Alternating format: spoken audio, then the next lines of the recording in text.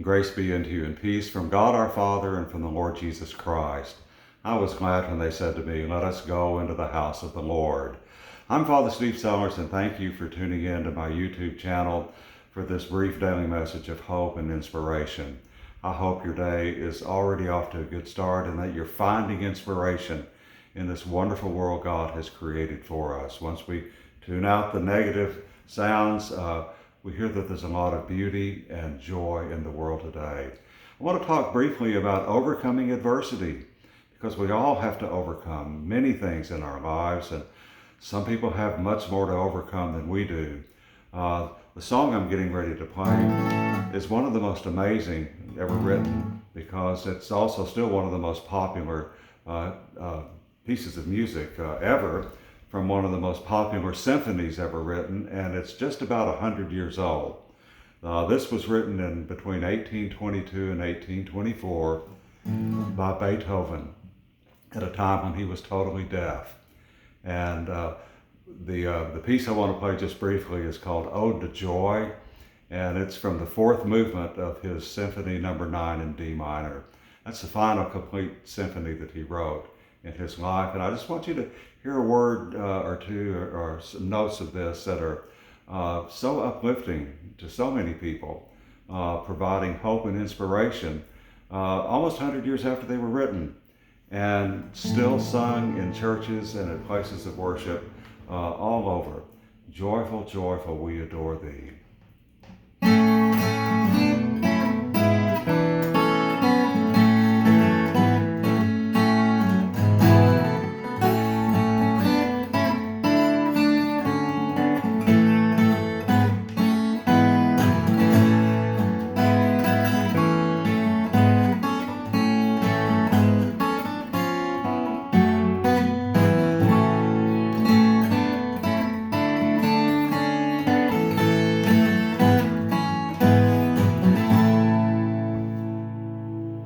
Joyful, joyful, we adore thee, God of glory, Lord of love.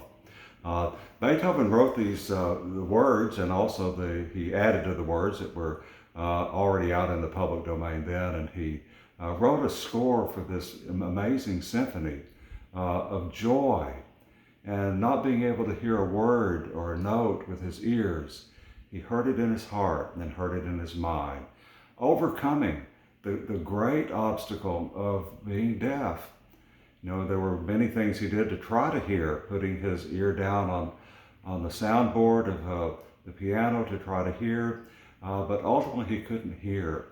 The story is told that when it was first performed on May the 7th, I believe it was, in 1824 in Vienna, that he sat in front of the conductor's chair and conducted it himself to the orchestra, and the conductor had already told the orchestra not to pay any attention to his gestures and motions and times because he couldn't hear.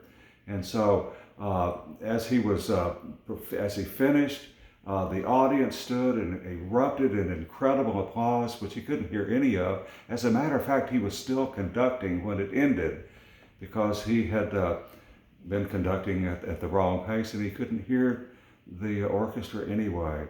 But the story is told is that the soprano that he had hired to sing the lead part came over to him as the audience had started its applause and told him to turn around and face the audience. He couldn't hear the applause, but he could see the excitement of the crowd. Overcoming great obstacles. People do it all the time, especially those who have faith, those who tap into a higher power. This is the time when a lot of people are getting very depressed and beaten down, because there's all sorts of changes happening in our world today, politically and emotionally, educationally. We're not sure from day to day what's really going on, but we do know for sure every day that God is still in charge of all of this. And so he presents us opportunities in times like these, and even when we have obstacles to overcome, to give our very best, and amazing things happen.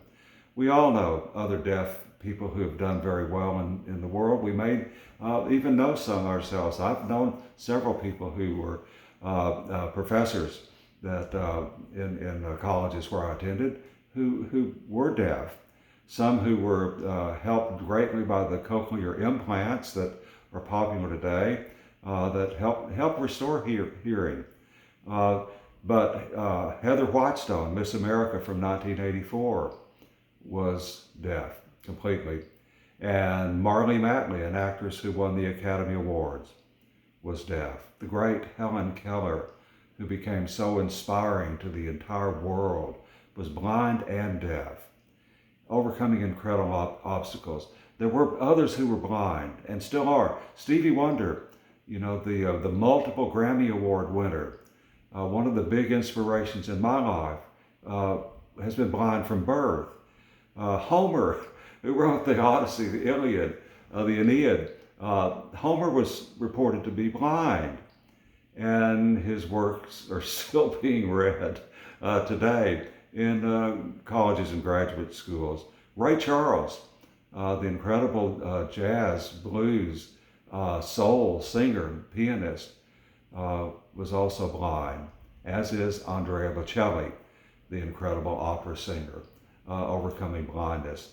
Stephen Hawking, one of the most brilliant people who ever lived, overcame ALS and posited theories that are going to stand him as a giant in the history of science before he died in 2018.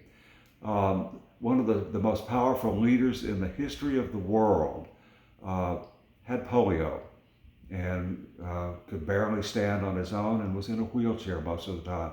President Franklin Delano Roosevelt, the only president we've had to be elected to 4 terms as president, leading this country through the Great Depression and almost all the way to the end of World War II. He died in April of 1944.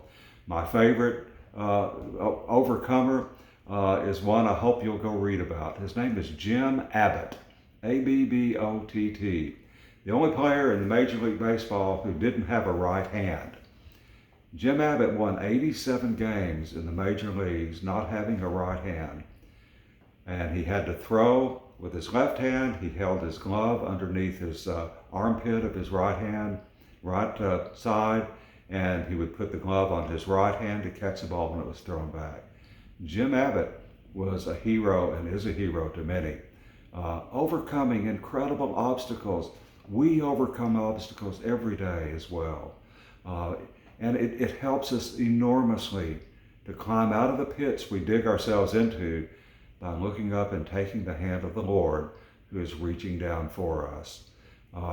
We all overcome things, but we do them best, and we overcome things best when we let the Lord guide us and lead us, and when we tap into His strength. He is the ultimate source of power and energy and enthusiasm, and yes, even joy. Ask Him for His joy today. Listen to Ode to Joy. Joyful, joyful, we adore Thee. It's hard to listen to it without smiling. And it's hard to read about these people like Beethoven who do such incredible things, overcoming such incredible obstacles, without also being joyful too. I hope you have a blessed day today, and I will see you right here tomorrow. God bless you.